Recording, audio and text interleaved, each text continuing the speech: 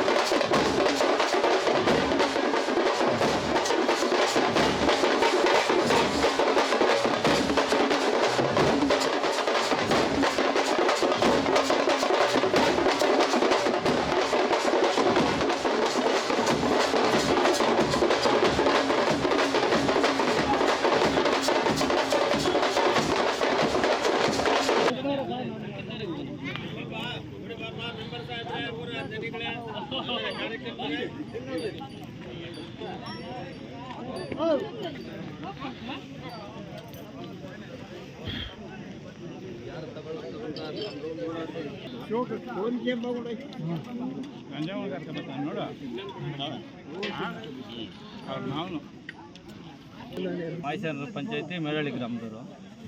ಈಗ ಇಲ್ಲಿ ಆಲ್ದೇನಹಳ್ಳಿ ನಮ್ಮ ಫ್ರೆಂಡ್ ಆದಂಥ ವೆಂಕಟರಾಮಪ್ಪನವರು ಮತ್ತು ಅವರು ಮಿಸ್ಸಸ್ ಜಯಲಕ್ಷ್ಮಮ್ಮ ಅವರು ಮಗನಾದವ್ರು ನಾರಾಯಣಪ್ಪನವರು ಮುಂಚೆ ಸೀಮೆಸು ಕಟ್ತಾಯಿದ್ರು. ಸೀಮೆಸು ಅಂದರೆ ಸೀಮೆ ಓರಿ ಕಟ್ಟಿ ವ್ಯವಸಾಯ ಮಾಡ್ತಾಯಿದ್ರು.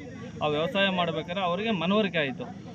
ಯಾಕಂದರೆ ಅದು ನಾವು ಬಿಟ್ಟರೆ ಇಲ್ಲಿ ಬಿಟ್ಟರೆ ಅಲ್ಲೇ ಇರ್ತದೆ, ಎಮ್ಮೆ ಥರ ಮುಂದಕ್ಕೆ ಬರೋದಿಲ್ಲ, ಮತ್ತು ಹೇಳ್ದು ಮತ್ತೆ ಕೇಳೋದಿಲ್ಲ, ಅದನ್ನು ಹೊಡಿತಾ ಇರಬೇಕು, ಚೂಬ ಅಂತ ಇರಬೇಕು. ಆದರೆ ನಮ್ಮ ನಾಟಿ ದನ ಆ ಥರ ಅಲ್ಲ.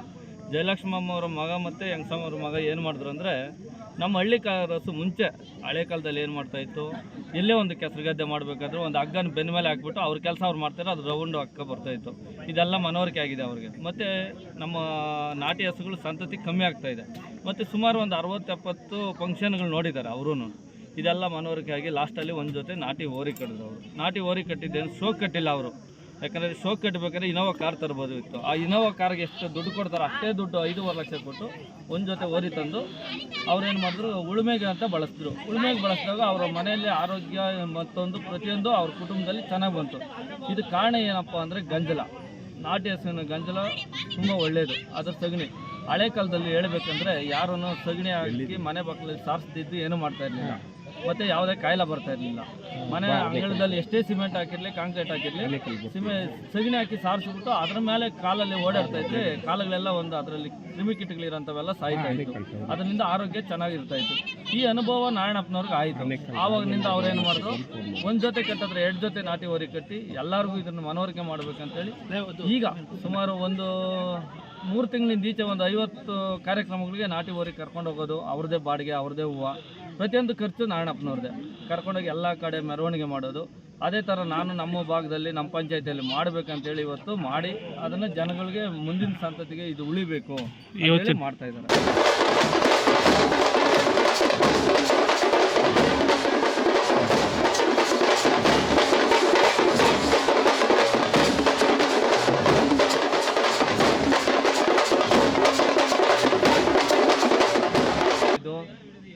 ಯಾವತ್ತೂ ಸೀಮೆಸು ಅಂತ ಹೋದರೆ ಆರೋಗ್ಯನೂ ಚೆನ್ನಾಗಿರಲ್ಲ. ಅದ್ರ ಗಂಜಲನೂ ಶ್ರೇಷ್ಠ ಇಲ್ಲ, ಸಗಣಿನೂ ಶ್ರೇಷ್ಠ ಇಲ್ಲ. ಇವೆಲ್ಲ ಒಂದು ಉನ್ನತವಾಗಿ ಇರಬೇಕು, ನಾಟಿ ದಂಧೆ ಬೇಕು ಅಂತೇಳಿ ಅವರು ಮನಸ್ಸು.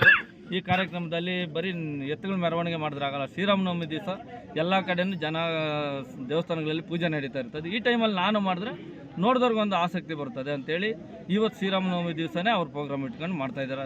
ಸುಮ್ಮನೆ ಹೆಸರಿಗೆ ಮಾತ್ರ ರೈತರು ಅಂತ ಹೇಳ್ಕೊಂಡು ಅವರು ಬೆಳೆಸ್ಕೊತ ಇದ್ದಾರೆ. ಆದರೆ ಯಾವುದೇ ಕಾರಣಕ್ಕೂ ಇನ್ಶೂರೆನ್ಸ್ ಮಾಡಿಸಿ ಅಂತ ಹೇಳ್ತಾರೆ. ನಾವು 5.5 ಲಕ್ಷ 6 ಲಕ್ಷ 8 ಲಕ್ಷ ಕೊಟ್ಟು ಒಂದು ಹಸು ತಂದಿರ್ತೀರಿ ನಾಟಿ ದನ. ಅವ್ರು ಇನ್ಸೂರೆನ್ಸ್ ಕೊಡೋದು ಎಷ್ಟು 20,000 ರೂಪಾಯಿ. ಆ 20,000 ರೂಪಾಯಿ ನಮ್ಗೆ ಏನಿಗೂ ಆಗೋದಿಲ್ಲ. ಅದು ಆದ್ರೂ ಅವರು ಎಲ್ಲೋ ಒಂದು ತಟ್ಟು ಬೆಳೆಯೋನಿಗೆ ಪ್ರೋತ್ಸಾಹ ಕೊಡಬೇಕು, ಕೊಡ್ತಾಯಿಲ್ಲ. ಇದನ್ನು ಸರ್ಕಾರ ಗಮನಕ್ಕೆ ನಿಮ್ಮಂಥವ್ರು ತರಬೇಕಾಗಿರೋದು. ಹೌದು, ಅದು ನಮ್ಮ ಗಮನಕ್ಕೂ ಬಂದಿದೆ ನಾವು ರೈತರಾಗಿ. ಯಾಕಂದರೆ ನಾನು ಈಗ 4 ಟೈಮ್ ಕುರಿ ಮತ್ತು ಮೇಕೆ ಪ್ರಾಬ್ಲಮ್ ಆದಾಗ ತೊಗೊಂಡೋಗಿದ್ದೀನಿ, ಅಲ್ಲಿ ನನ್ನ ಗಮನಕ್ಕೂ ಬಂದಿದೆ. ಈಗ ನಮ್ಮದು ಮಾಹಿಸಂದ್ರ ಸಂಬಂಧರು 2 ಪಂಚಾಯತಿಗೂ ಸೇರಿ ಒಬ್ಬ ಡಾಕ್ಟ್ರನ್ನ ಕೊಟ್ಟಿದ್ದಾರೆ. ಒಬ್ಬ ಡಾಕ್ಟ್ರು ಕಮ್ಮಿ ಅಂದರೆ ಒಂದು ಊರಲ್ಲಿ 100 ಕುರಿ 200 ಕುರಿ ಒಬ್ಬ ಬರ್ತಿದೆ. ಈ ಥರ ಲೆಕ್ಕ ಮಾಡಿದಾಗ ಸಾವಿರಾರು ಮರಿ ಬರ್ತದೆ. ಆ ಒಂದು ಡಾಕ್ಟ್ರ್ ಏನು ಮಾಡ್ತಾನೆ? ಅವ್ರಿಗೊಂದು ಹೆಲ್ಪರ್ ಕೊಡಲ್ಲ, ಏನೂ ಇಲ್ಲ. ಮತ್ತು ಡಾಕ್ಟ್ರುಗಳ ಕೊರತೆ ಇದೆ. ಅದರಲ್ಲಿ ಈ ಸೆಂಟ್ರಲ್ಲಿ ಇದೊಂದು ನಮಗೆ ರಾವಡಿ. ಏನು ರಾವಡಿ? ಇವ್ರನ್ನ ಎತ್ತಂಗಡಿ ಮಾಡೋದು. 20 ಜನ ಸ್ಟಾಫ್ ಇರೋ ಹತ್ರ 5 ಜನ ನೋಡ್ಕೊಂಡಿರ್ತಾರೆ. 5 ಜನ ಯಾವ ಊರು ಅಂತ ನೋಡಿದ್ರು, ಯಾವ ಪಂಚಾಯತಿ ನೋಡಿದ್ರು, ಇಡೀ ತಾಲೂಕಲ್ಲಿ ತುಂಬ ನೋವಾಗ್ತಾ ಇದೆ ಈ ಸಂಗತಿಯಲ್ಲಿ ನಮಗೆ. ನಮ್ಮ ತಂದೆ ಬಂದು ವೆಂಕಟರಾಮಪ್ಪ ಜಯಲಕ್ಷ್ಮಮ್ಮ ಆಲ್ದಿನಹಳ್ಳಿ. ನಾವು ನಮ್ಮ ತಂದೆ ನಮ್ಮ ತಾತನವರೆಲ್ಲ ರೈತರ ಕುಟುಂಬದಿಂದ ಬಂದಿರೋ ಕುಟುಂಬ. ಅವತ್ತಿನಿಂದ ಕಷ್ಟಪಟ್ಟು ರೈತರಾಗಿ ಬೆಳ್ಕೊಂಬಂದು ಮಧ್ಯಸ್ಥೆಯಲ್ಲಿ ಹಳ್ಳಿಕಾರು ಹಸುಗಳು ಫಸ್ಟಿಂದ ಎತ್ತುಗಳು ಓರಿಗಳು ಎಲ್ಲ ಕಟ್ಕೊಂಡು ಬಂದಿದ್ದ ಕುಟುಂಬ ಇದು. ಈಗೇನಾಯ್ತು ಅಂದರೆ ನಮ್ಮ ಪೀಳಿಗೆ ಕಾಲಕ್ಕೆ ಹಳ್ಳಿಕಾರು ಹಸುಗಳಿಗೆ ಏನೂ ಲಾಭ ಇಲ್ಲ ಅನ್ನೋದು ಮನದಟ್ಟಾಗಿ ಈಗೇನಾಯ್ತು ಅಂದರೆ ಸೀಮೆ ಹಸುಗಳಿಂದ ಲಾಭ ಐತೆ ಅಂದ್ಬಿಟ್ಟು ಅದನ್ನು ಫಾಲೋ ಅಪ್ ಮಾಡ್ಕೊಂಡು ಹೋಗ್ಬಿಟ್ರೆ ಈಗ ಹಳ್ಳಿಕಾರು ಸಂತತಿ ಎಲ್ಲೋ ಕಡಿಮೆ ಆಗ್ತಾ ಇದೆ. ನಮ್ಮ ಮುತ್ತಾತನವ್ರ ಕಾಲದ್ದು ಅದ್ರ ವಂಶಾವಳಿ ಇಲ್ಲ ಅನ್ನೋದು ನಮ್ಮ ತಮ್ಮನವಾದ ನಾರಾಯಣಪ್ಪನಿಗೆ ಅದ್ರ ಸ್ವಲ್ಪ ಕಾಯಿಸಿರೋದ್ರಿಂದ ಅವರು ಇದನ್ನು ಒಂದು ಸಲ ನಾವು ನಮ್ಮೂರಲ್ಲಿ ಮಾಡಬೇಕು, ನಮ್ಮ ಮನೆ ಹತ್ರ ಮುನೇಶ್ವರನ ದೇವಸ್ಥಾನ ಹತ್ರ ಪೂಜೆ ಇಟ್ಕೊಂಡು ಆ ಪೂಜಾ ಕಾರ್ಯಕ್ರಮದಲ್ಲಿ ಹಲವಾರು ಸಂಖ್ಯೆಯಲ್ಲಿ ಹಳ್ಳಿಕಾರು ಎತ್ತುಗಳು ತರಿಸಿ ನಮ್ಮ ಜನಗಳಿಗೆ ಮುಂದಿನ ಪೀಳಿಗೆ ನಮ್ಮ ಹುಡುಗರಿಗೆಲ್ಲ ಹಳ್ಳಿಕಾರು ಎತ್ತುಗಳು ನಮ್ಮ ತಾತನಿಗೆ ಕೊಡ್ತಾಯಿದ್ರು. ಅದೇ ರೀತಿ ಈ ಥರ ಇದ್ವು ಅನ್ನೋದು ತೋರಿಸೋಕ್ಕೋಸ್ಕರ ಇವತ್ತು ಈ ಕಾರ್ಯಕ್ರಮ ಇಟ್ಕೊಂಡಿದ್ದಾರೆ. ಮುಂದೆ ಹಿಂಗೆ ನಮ್ಮ ಮಕ್ಕಳು ಈ ಸಂತತಿ ಉಳಿಸ್ಕೊಂಡೋಗ್ಬೇಕನ್ನೋದು ನಮ್ಮ ವಿಲಾಸ. ಲಾಭಕ್ಕಾಗೇ ಮಾಡೋದೇನು ಬೇಡ.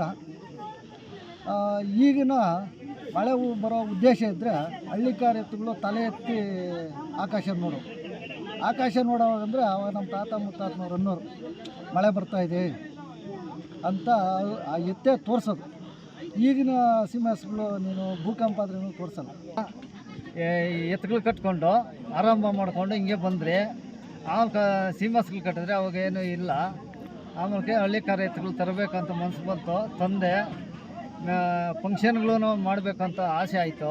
ನಾವು ಫಂಕ್ಷನ್ಗಳು ಮಾಡೋಣ, ಈ ಉಳ್ಯಕ ಇದ್ರಕ ಚೆಂದಾಗವೆ, ಅವನು ನಮ್ಮನ್ನು ಎತ್ತು ಮೆರೆಸ್ತವೆ, ಅದಕ್ಕೆ ನಾವು ಸಾಕಬೇಕಂತ ಆಸೆ ಬಂತು.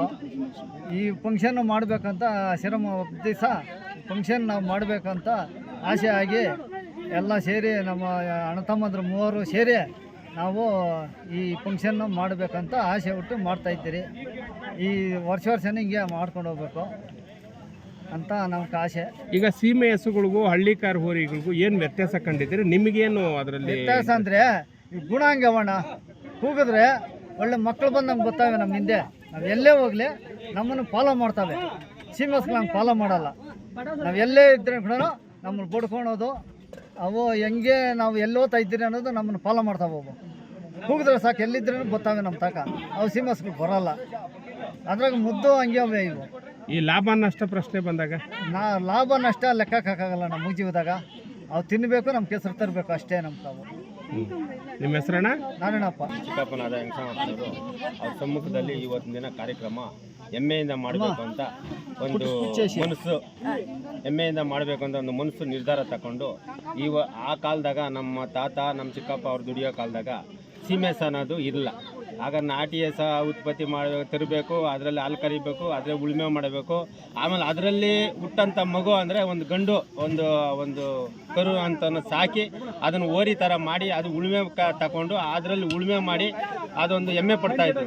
ಆಗ ಉಳುಮೆ ಮಾಡಬೇಕಾದ್ರೆ ಒಂದು ಕೆಸರುಗದ್ದೆ ಆಗಲಿ, ಒಂದು ಅಕಸ್ಮಾತ್ ಒಂದು ತೋಳದ ಹೊಲದಲ್ಲಿ ಒಂದು ರಾಗಿ ಒಂದು ಉತ್ಪಾದನೆ ಮಾಡಬೇಕಾದ್ರೆ ಒಂದು ಗುಂಟುವೆ ಆಗಲಿ, ಒಂದು ಗೊಬ್ಬರ ಹೊಡೆಯೋದಾಗಲಿ, ಬಂಡಿ ಆಗಲಿ, ಎಲ್ಲ ಸೌಕರ್ಯಗಳಿಗೂ ಎತ್ತು ಅನ್ನೋದು ಒಂದು ಹೆಸರಾಗಿತ್ತು. ಒಂದು ಓರಿ ಈ ಕರ್ನಾಟಕದಲ್ಲಿ ಒಂದು ಮನುಷ್ಯನೇ ಆ ರೀತಿ ಒಂದು ಹೆಸರ ಅಂತ ಪಡೆದಿರೋಂಥದ್ದು, ಆ ರೀತಿ ಒಂದು ಓರಿ ಅಂತ ಅನಿಸ್ಕೊಂಡು ಆಗ ಪ್ರತಿಯೊಂದು ಮನೆಗೂ ಒಂದು ರೈತ ಅನ್ನೋದು ಇರೋನು. ಆ ರೈತನ ಪರವಾಗಿ ಒಂದು ಮನೆಯಲ್ಲಿ ಒಂದು ಎತ್ತು, ಒಂದು ಜೋಡಿ ಎತ್ತಿದೆ, ಅವರು ಒಂದು ರೈತರ ಭಾಗಕ್ಕೆ ಸಂಬಂಧಪಟ್ಟವರು ಅನ್ನೋ ಉದ್ದೇಶ ಇಟ್ಕೊಂಡು ಈಗಿನ ಕಾಲದಲ್ಲಿ ಏನು ಮಾಡಿದ್ರು, ರೈತರಲ್ಲೇ ಈಗ ಓರಿ ಸಾಕಿದ್ರೆ ಏನು ಮಾಡ್ತಾರೆ, ಉಳ್ಮೆ ಹಾಕೋ ಜಮೀನಿಲ್ಲ, ನಮ್ಗೆ ಲಾಸ್ ಆಗ್ತದೆ, ಒಂದು ಸೀಮೆ ಸಾಕು ಕಟ್ಕೊಂಡ್ರೆ ಅದು ಹಾಲು ಉತ್ಪಾದನೆ ಮಾಡ್ತದೆ, ಅದರಲ್ಲಿ ದಿನ ಒಂದು 100-200 ನೋಡ್ಬೋದು ಅಂತ ಒಂದು ಜನಗಳು ಒಂದು ಅನಿಸಿಕೆ ತಗೊಂಡ್ರು. ಅನಿಸಿಕೆ ತಗೊಂಡಾಗ ಇವತ್ತು ದಿನ ಪ್ರತಿಯೊಂದು ಊರಲ್ಲೇನೋ 50 ಜೊತೆ 100 ಜೊತೆ ಎತ್ತಿರೋರು ಒಂದು ಊರಿಗೆ ಒಂದು ಜೊತೆ 2 ಜೊತೆ ಅನ್ನೋ ಸ್ವಾಭಿಮಾನಕ್ಕೆ ಬಂತು. ಆ ಸ್ವಾಭಿಮಾನಕ್ಕೆ